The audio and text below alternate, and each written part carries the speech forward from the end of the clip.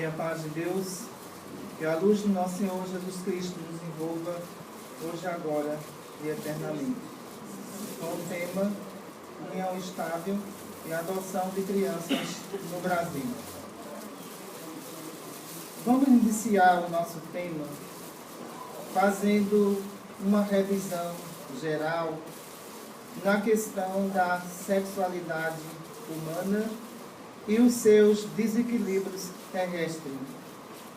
Quando vamos observar a questão do heterossexualismo, observamos perfeitamente que alguns dos nossos irmãos equivocados, compulsivos sexualmente, provoca determinadas reencarnações que a gente possa considerar verdadeiros flagelos para alguns espíritos que na realidade não vai ter pai, vai ter um reprodutor, nada mais do que isso. Nesse desequilíbrio, nós temos observado que aquele compulsivo sexual, o hétero, simplesmente ele não mede as consequências dos atos praticados para com aquela mulher, para com aqueles filhos que ele vai deixar sem o amparo alimentar e sem o amparo moral. Observamos perfeitamente aí que se trata de uma pessoa desequilibrada. Uma pessoa desequilibrada. Porque o verdadeiro homem é aquele que assume a sua esposa, assume o seu lar e assume a responsabilidade da reencarnação daquele espírito. Este é o verdadeiro homem. Mas, na realidade, aquele homem que ele busca a aventura, que ele busca mexer com o sentimento daquelas pessoas, dizendo muitas vezes que a ama, simplesmente para se ter a aproximação física e nada mais do que isso. Nessa aproximação física, é de se verificar que para o hétero desequilibrado, ele está mais interessado na perfeição física do que na perfeição moral. Ele não está buscando uma esposa, ele está buscando uma vítima, nada mais do que isso.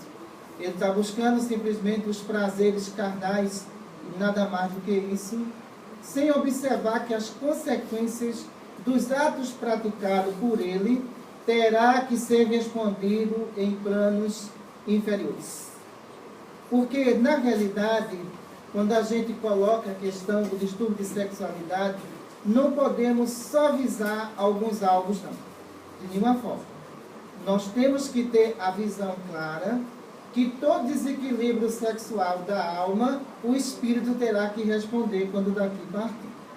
E, na realidade, a gente encontra em planos inferiores muitos heterossexuais desequilibradíssimos, de consciência pesadíssima, por ter abandonado 5, 6, 7, 8, 10 filhos no mundo de expiação e prova.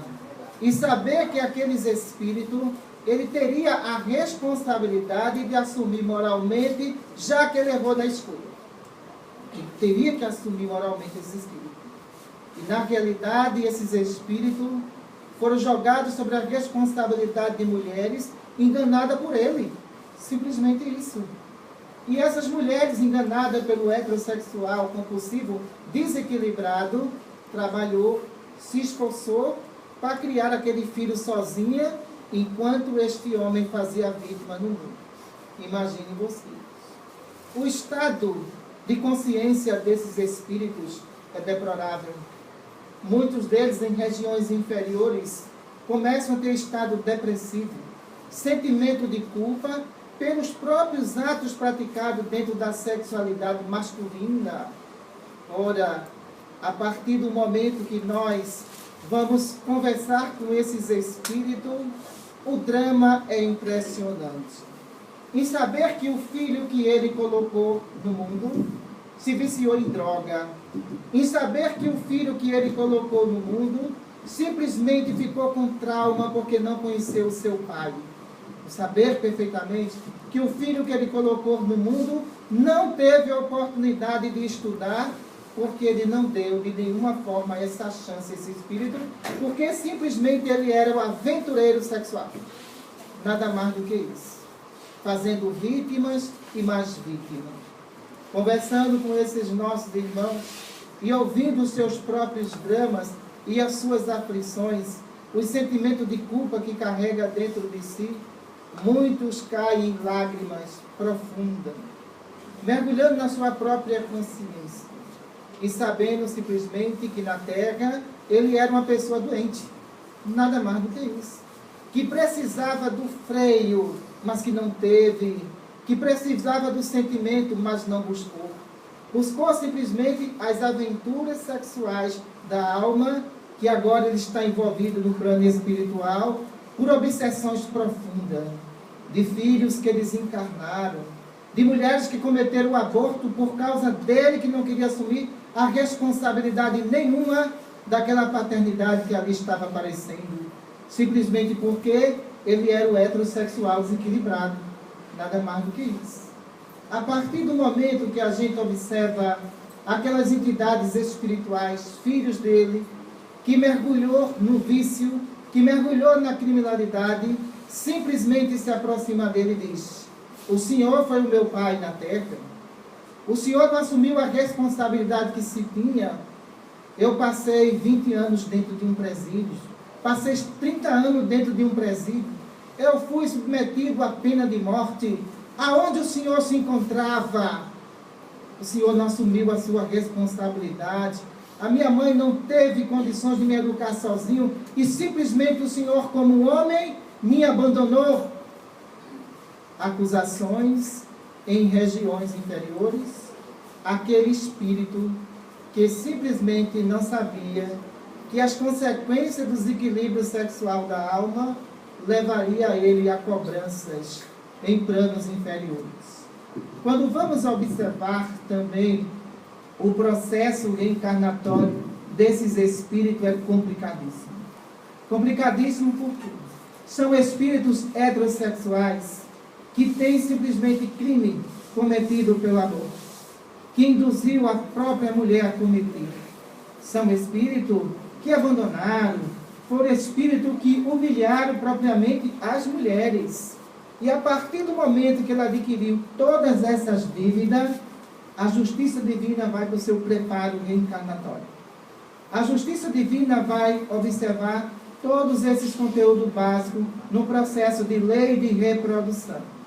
Porque a lei de reprodução diz o seguinte: todo pai, toda mãe que fecundar um óvulo terá responsabilidade na educação do filho, responsabilidade na educação da filha e mais ainda, a regeneração daquele próprio espírito, que está dentro daquele meio para o processo de reeducação espiritual. Sendo assim, o que acontece? Aquele homem, muitas vezes, ele vai ser observado pela justiça divina, o seu comportamento como espírito, para realizar todo o projeto reencarnatório dele. Muitas dessas criaturas, infelizmente, terão que reencarnar. Terão que reencarnar com sérios problemas na parte genital, sérios problemas no plexo genésico. Muitas dessas criaturas, até mesmo na adolescência, até mesmo na fase adulta, irão desenvolver câncer de próstata. Sabe por quê? Os atos cometidos em existências passadas, os crimes cometidos através do aborto, agora terá que ser respondido na própria matéria.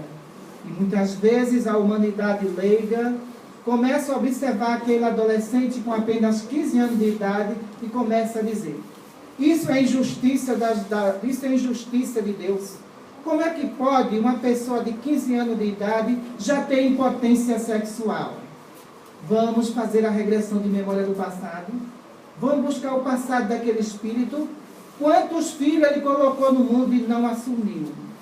Por que agora ele vai reproduzir? Por que agora ele vai criar? Que ainda dentro dele ele não sabe o que é sentimento materno. Que ainda dentro dele ele não tem consciência ainda de educação dos filhos que ele poderia receber. Mas, no entanto, a ciência sem explicação nenhuma diz. Pode ser alguma deficiência hormonal que ele tenha, ou pode ser alguma doença genética que ele trouxe, né, do pai e da mãe, dos avós é não simples, de forma nenhuma. É prova e expiação que Deus colocou para ele. Porque se há justiça divina, a partir do momento que ela confia mais uma vez naquele heterossexual desequilibrado, para que ele venha com todos os seus órgãos normais, ele vai cometer a mesma atitude da reprodução irresponsável. Tenha certeza disso. Porque nós temos que tomar consciência de uma coisa. Uma mulher e um homem têm compromisso na educação daquele espírito, todos os dois. Homens, não vai se isentar não. Simplesmente porque, a partir do momento que aquele espírito nasce, tem que existir ali simplesmente a parceria de um e de outro para auxiliar no processo de educação do espírito. Não é só a mulher que educa os filhos, não. De nenhuma forma. Porque tem muito heterossexual, simplesmente reprodutor, nada mais do que isso, não educador, mas reprodutor, e diz: ah, mas eu lhe dou uma feira todo mês, olha, está aí todas as despesas, o filho é seu, o senhor está enganado. Mas como o senhor está enganado? Aquele espírito dentro do projeto reencarnatório foi espírito que o senhor em vidas passadas faliu moralmente. Que a senhora faliu moralmente. E a partir do momento do projeto reencarnatório, Deus colocou aquele espírito naquele lar. Através de um homem, através de uma mulher. Aqueles pais sabem quem vai ser os seus filhos antes do processo reencarnatório. Esses espíritos se encontram, pessoal. Se encontram para o processo de reconciliação espiritual, já em planos de preparação reencarnatória do outro lado. É apresentado àquela mãe, o filho. É apresentado àquele pai, o seu filho, que vai reencarnar na Terra daqui a 30 anos. Imagine vocês. Deus é perfeito na sua escolha. Porque ali se encontra um pai que viciou o filho, ali se encontra uma mãe que aliciou a filha, e agora terá ela dentro do lar, como um processo de luta, de batalha para a sua reforma moral. E agora? Está frente a frente aquilo que você criou. Todo filho que vocês têm em casa foi um projeto de erro do passado de vocês. Simplesmente. Sendo esse projeto de erro do passado, eles vieram agora para o processo de educação. Nesse processo de educação, ele pede um pai, ele pede uma mãe, esta mãe é concedida, mas todas as ligações morais, de costume, de vício, de imperfeições, todos os dois são compatíveis. Imagine vocês, pai, mãe e filha. Olha que trilogia da reeducação espiritual. E a partir daquele momento ali, o grande objetivo é educar o espírito. O grande objetivo dos dois é compartilhar o processo educacional. Simplesmente porque o heterossexual, ele não pode se comportar de uma maneira irresponsável de simplesmente olhar para a mulher e dizer: resolva que o filho é seu. Eu estou cansada de ouvir isso. Mas como eu estou? Resolva porque o filho é seu. E o senhor não teve participação? A sua participação só foi no ato sexual? No processo de educação o senhor está fugindo? Ah, mas eu não gosto de preocupação. Você resolve, você é a mãe dele. Não é assim não. De nenhuma forma. Homens como vocês estão enganados. Mas como estão enganados mesmo? A mulher tem a sutileza da educação. O homem tem a sutileza da imposição educacional sobre a rebeldia daquele espírito. E se os dois não compartilhar isso, alguma coisa vai faltar naquele espírito. Imagine você. Porque ele terá a sutileza da mãe, mas não terá a imposição da educação do pai para o seu processo de regeneração. Muitos desses espíritos crescem com traumas impressionantes. Porque na realidade esse trauma está atribuído ao quê? A não participação do seu pai. Ora, a mãe é quem saía com os filhos.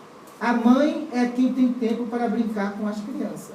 A mãe é quem tem tempo para levar a criança à escola. E o pai é TV, jornal e cadeira de balanço? Nada mais do que isso. Será que nós não temos que avaliar todo esse processo de aproximação desses filhos e observar que as crianças precisam dos pais, tanto da mãe como do pai? Será que nós não temos que fazer uma nova revisão educacional dentro dos lares para saber que o peso da responsabilidade está maior sobre a mulher? Porque ela está educando. Comida não é educar. Bem-estar não é educar. Porque o processo de educação dos espíritos rebeldes está atribuído à avaliação de 24 horas de atos cometidos por ele na infância, na pré-infância, na pré-adolescência, na fase adulta. Esse processo de avaliação, os pais vão dando um reajuste educacional àquele espírito, na medida que ele precisa, até atingir a fase adulta. Mas a responsabilidade maior, infelizmente, é da mulher. Nada mais do que isso. A responsabilidade maior e a paciência maior são das mulheres. Não é dos homens de nenhuma forma. Quando a gente vai observar simplesmente o preparo reencarnatório de alguns espíritos em colônias fraternas de casamentos, que existe no plano espiritual, para os casamentos missionários, é impressionante. Como as coisas mudam, como as coisas são diferentes dos casamentos de expiações e prova, porque na realidade, aqueles dois espíritos que vêm para a Terra na missão de amar, na missão de servir, na missão de educar, se encontram nessas regiões em condições melhores. Ali já acontece, para vocês terem uma ideia, o casamento espiritual entre ambos, porque todos dois que estão ali, o seu processo de evolução e compromisso espiritual, que vão exercer na Terra, esse matrimônio já começa a acontecer do outro lado. A convivência deles, as conversações, os planejamentos, as dificuldades que vão ter que vencer, mas colocando o coração na frente. Não é colocando o fator economia na frente, não. Economia e amor são duas coisas muito diferentes num casamento. E os dois colocam simplesmente o amor acima de todas as coisas. Imaginem vocês. E nesse casamento espiritual, se reúne ali os 5 filhos. Não importa o número de filhos para esses espíritos, sabe por quê? Eles têm a paciência, eles têm a benevolência, eles têm, acima de tudo, o exemplo da educação interior que eles adquiriram durante milênios e milênios de reencarnação. Não importa que seja 10, não importa que seja 5, todos esses espíritos têm a mesma condição. Todos eles estão reunidos ali. E ali presente, o mentor da colônia espiritual realiza aquele matrimônio diante dos futuros filhos que eles vão ter na Terra. Estão ali. Compromisso selado com a justiça divina. Todo esse projeto reencarnatório da justiça divina está associado a planejamentos espirituais e reencarnatório que acontecem em regiões celestiais. Para a gente ter uma ideia, aquele espírito do sexo feminino, aquele espírito do sexo masculino, atribuindo a questão da sexualidade perispiritual, já que espírito não tem sexo, mas perispírito tem definição sexual sim, mas espírito não. E a partir daquele momento o que acontece? Todo aquele projeto do casamento, no plano espiritual, é dado aos espíritos superiores. Os espíritos superiores repassam para os espíritos em condições medianas, até chegar àqueles casais que ali estão esperando todo um projeto. São espíritos de coragem, são espíritos determinados, que muitas vezes diz, não precisa nem mostrar o projeto. Nós vamos executar, porque eu tenho amor a ela e ela tem amor a mim.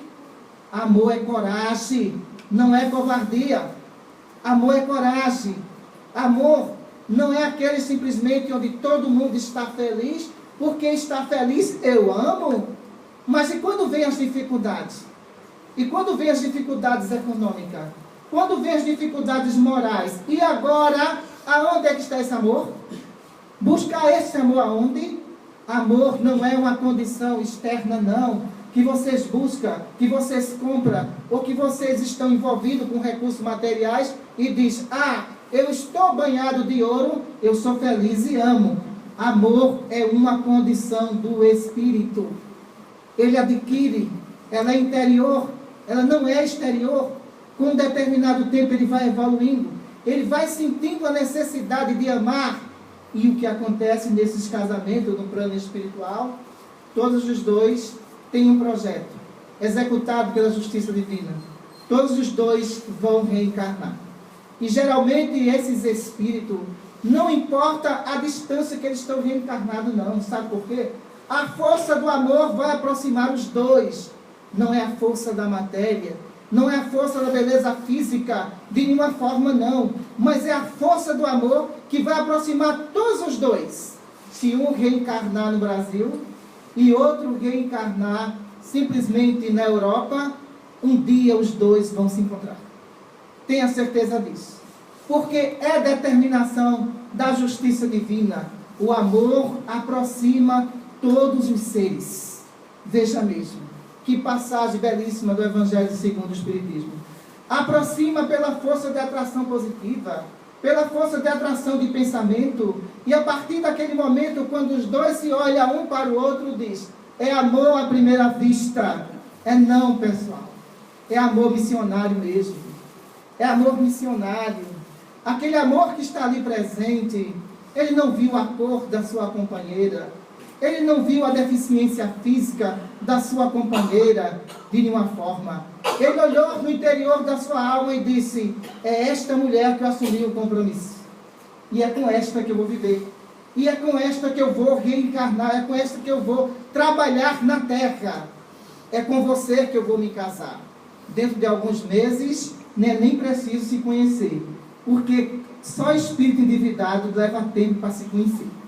Nada mais do que isso. Mas leva tanto do tempo que dá tudo errado. Imaginem vocês. E no caso daqueles espíritos missionários que partiram de planos em condições melhores, é muito diferente. Em 30 dias namoram. Com mais 30 dias estão noivando. Com mais 30 dias estão casados. Imagine você. Aqueles espíritos se conhecem tanto, dentro da dificuldade do dia a dia, dentro das condições econômicas que eles vão viver, mas acima de tudo existe uma palavra, amor, entre eles. Existe um compromisso divino entre eles. Começa a vir os filhos. E muitas vezes o que acontece? Aqueles filhos que vêm para aquele casal são espíritos também missionários, que têm a mesma condição, sabe por quê? Cada pai tem o filho que criou em vidas passadas. E assim sucessivamente. É a lei de Deus que não pode ser mudada de nenhuma forma.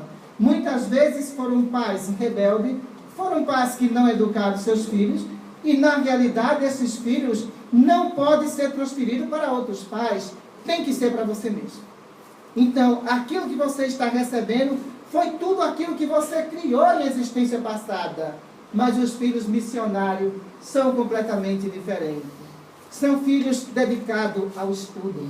São filhos que respeitam aqueles espíritos que estão ali, independente da condição física, independente da cor. São espíritos que se amam uns aos outros. Ama interiormente, mas não ama materialmente a questão do supérfluo. Porque são filhos que passam muitas vezes necessidade com os pais, mas aprendem a trabalhar, mas aprendem a estudar. Esses casamentos missionários na terra, eles são raríssimos. Vocês não vão encontrar de nenhuma forma. Quando nós vamos observar a questão da união estável, é impressionante. A união estável de pessoas do mesmo sexo não é uma lei de Deus. Não é uma lei divina. Sabe por quê? Eu vou vos dizer como espírito. Se os casamentos missionários existem um planejamento para o processo de reprodução, se os casamentos, expiações e prova, existe um projeto divino para o projeto de reprodução humana, como poderia duas pessoas do mesmo sexo reproduzir? Me diga mesmo. Como poderia uma pessoa do mesmo sexo, trazer espírito que ele faliu em vidas passadas? Quando a gente vai observar esta questão, o movimento espírita deveria ser mais realista nessas colocações. Se existe o casamento de expiação e prova, vamos tirar as nossas conclusões sem discriminação nenhuma. Se existe o casamento de expiação e prova por atos praticados em vidas passadas, se existe os casamentos missionários para o processo de evolução de amor na Terra, aonde ficaria a união estável na lei de Deus? Me diga, aonde é que está escrito isso? Então a gente vai observar que na Bíblia nós não vamos encontrar isso. Que no livro dos Espíritos também nós não vamos encontrar isso de nenhuma forma. Sabe por quê? Porque a partir do momento em que a justiça divina, ela criasse a união estável em planos de expiação e prova, ou criasse a união estável simplesmente em regiões superiores, para que dois espíritos viessem reproduzir o quê? Me responda. Trazer espíritos para evoluir como? Se esta lei de reprodução existisse para os espíritos do mesmo sexo, seria contrário à lei da natureza. Imagine vocês. Sabe por quê? Na lei da natureza diz o seguinte: todos os animais se aproximam da sua fêmea pelo cheiro, pelo aroma, pela força de atração física. Os animais. Os seres humanos são completamente diferentes. Os seres humanos se aproximam pela lei de amor, pela lei de expiação e prova, pela lei missionária que aqueles espíritos vieram executar. A partir do momento em que se estabelecessem em planos superiores que as pessoas dos mesmos sexos teriam que ter união estável, a raça humana seria completamente eliminada. Não teria mais reprodução. Não teria mais espírito para responder às suas provas. Sabe por quê? Durante 50 anos, 70 anos, se simplesmente esse globo terrestre não houvesse reprodução, seria um caos geral. Tenha certeza disso. Por quê? Vou explicar a vocês. 70 anos sem reprodução. Nós teríamos uma terra completamente envelhecida. E agora, os médicos para cuidar dos velhos. Como seria? Me diga mesmo. Como seria esta situação? Filhos para cuidar de pais que não poderiam andar, cadeirantes. E agora, uma população idosa seria completamente eliminada durante este período. E a terra deixaria de ser habitada por espíritos encarnados. Porque a lei de reprodução foi impedida. Simplesmente. Então, quando nós fazemos essa comparação, dizemos o seguinte: a lei de união estável é uma lei humana. Ela não se trata de uma lei de Deus, de nenhuma forma. Ela não tem nenhuma ligação de nenhuma forma. Porque a partir do momento que o jurista, eles colocaram na cabeça que duas pessoas do mesmo sexo podem casar, nós temos que entender uma coisa. Temos adolescente que pode ser influenciado. Temos crianças que não têm definição ainda de sexualidade. Como é que ficam essas questões? Os juristas não pensaram nas crianças, nem tampouco pensaram nos adolescentes. Pelo egoísmo da lei, colocou-se da seguinte forma: duas pessoas do mesmo sexo, elas podem se casar, podem ir no cartório, podem, mas e a consequência disso tudo? Porque para essas duas pessoas de mesma sexualidade, quando fica velha, quem é que vai cuidar? Me diga mesmo. Como eu já disse em algumas palestras nossas aqui, a partir do momento que estabeleceram esta lei, daqui a 30 anos nós veremos os nossos amados irmãos homossexuais nas ruas abandonados, sem ninguém cuidar. Sabe por quê? Porque não teve família para fazer isso. E o que fazer com esses nossos irmãos? Acolher. Porque a lei de amor manda que ames a todos, mas não despreze. Mas a partir do momento que os juristas colocaram a lei, teria que observar o futuro dessa lei e as consequências que ela vai trazer para o jovem, para as crianças e para o próprio homossexual. Mas ninguém pensou nisso de nenhuma forma. Mas não pensou mesmo. Porque nós temos que entender outra coisa bem clara da justiça divina. Todos vocês que estão aqui têm um registro de nascimento no plano espiritual. Esse registro de nascimento, pelo processo de elaboração reencarnatória, lá está escrito do sexo masculino ou do sexo feminino.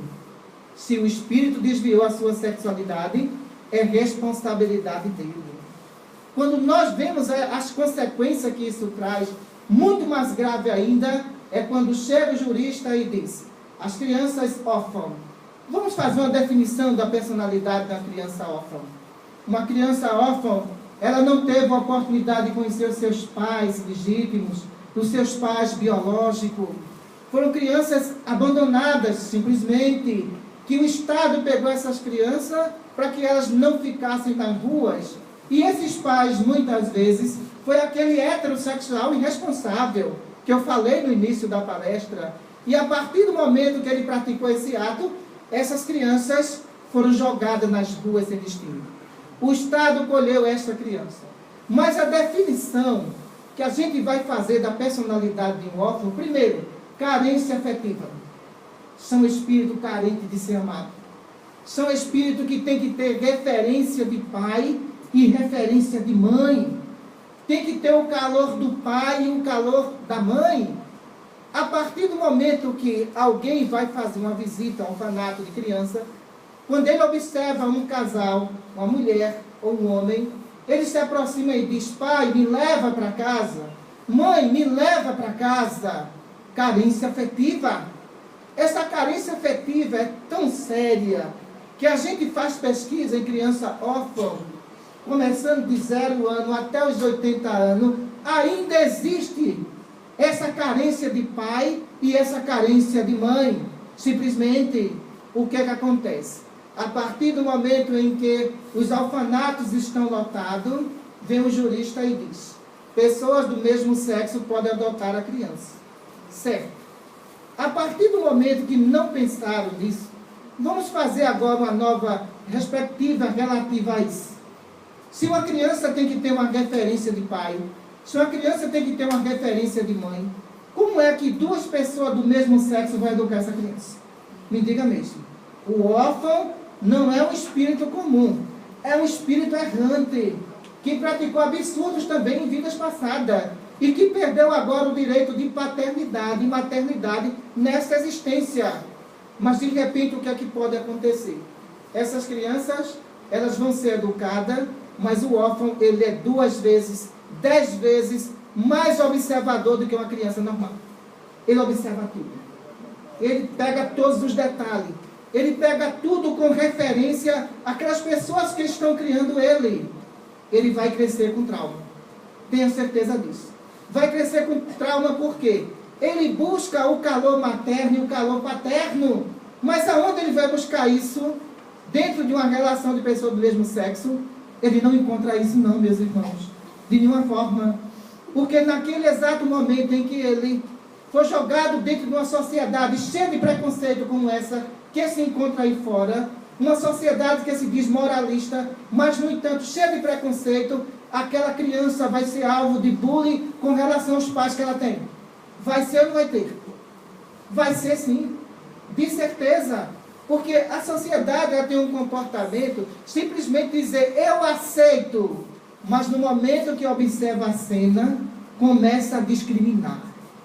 Começa a jogar toda a responsabilidade sobre o órfão que se encontra ali. Aquele órfão vai absorvendo toda aquela informação social, todo aquele desequilíbrio da sociedade. Se os jovens que têm pais de diferentes sexos, esses jovens já são complicados, imagine vocês. Porque esse jovem, ele justifica tudo para provocar uma revolução dentro de casa. São os rebeldes sem causa, simplesmente. Agora imagine a partir do momento que esse jovem descobrir que o seu pai, que está ali, adotou ele, e que simplesmente os 2 convivem juntos dentro de uma relação de homossexualismo. O que é que esse jovem pode provocar dentro da sociedade? Os juristas pensaram nisso? Não pensaram, não. Os juristas observaram isso? Não observaram, não. Porque aquele jovem ele não aguenta a pressão social de forma nenhuma. Por ele não aguentar a pressão social, tudo que ele viu dentro do lar, tudo que ele presenciou dentro do lar, ele vai jogar sobre a sociedade que ele vive. E quando ele for justificar, ele vai dizer, eu queria um pai e eu queria uma mãe. Simplesmente eu não tive, por isso eu sou revoltado. Todas as consequências de leis aplicadas, nós temos que observar quais seriam as consequências dessa lei no atual presença, no passado, para medir as consequências dessa lei sobre a personalidade do jovem, do adolescente. Mas simplesmente o que é que acontece? O Estado quer esvaziar os orfanatos. É isso que está acontecendo. Não quer ter compromisso de nenhuma forma.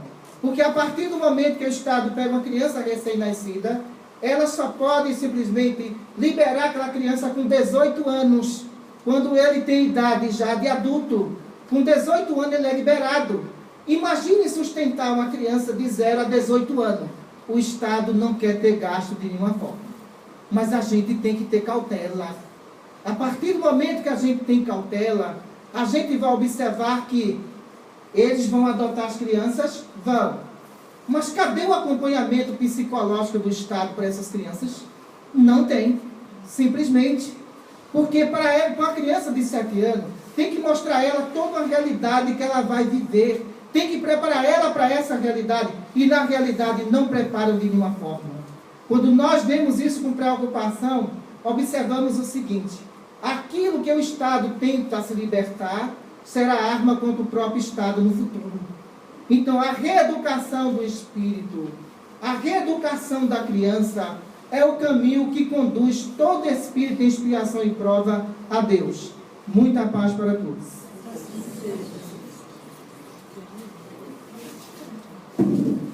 Felizes estamos com as palavras, proferidas por doutora Cristina, de muito ensinamento e com muito fundo educacional e pedagógico. Estamos a pedimos a mesma que faça a nossa prece de encerramento. Senhor Jesus, como dissesse, vinde a minhas criancinhas, porque é dela o reino do céu. E essas crianças, Senhor, têm amor, mas não tenham só o compromisso de ser adotada. Simplesmente por justificativa de consciência e peso, Senhor, da responsabilidade de não assumir os espíritos que ficaram em planos inferiores. Muita paz para todos.